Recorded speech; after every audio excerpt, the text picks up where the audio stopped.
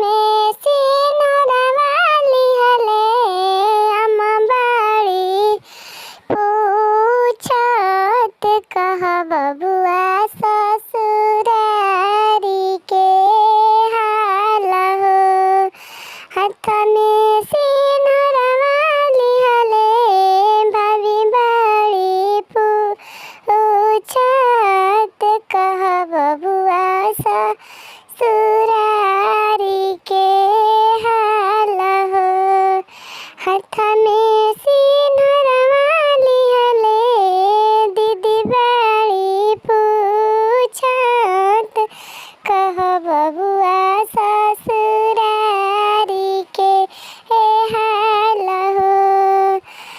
सारिन से सरहज आमा अति सुंदर प्यारी हो। सारिन से सरहज आमा अति सुंदर प्यारी हो। सासू जी हई गंगा जल पानी हो।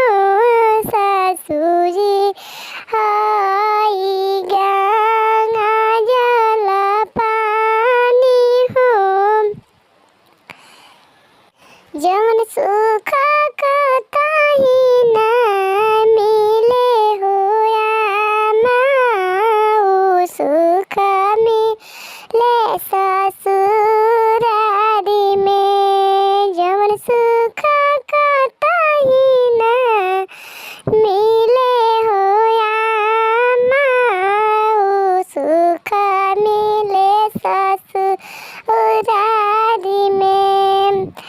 एकरा खातिर बबुआ गइल ससुरारी हो।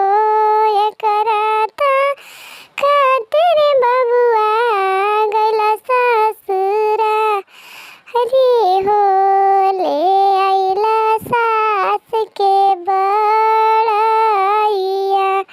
ले आइल सास के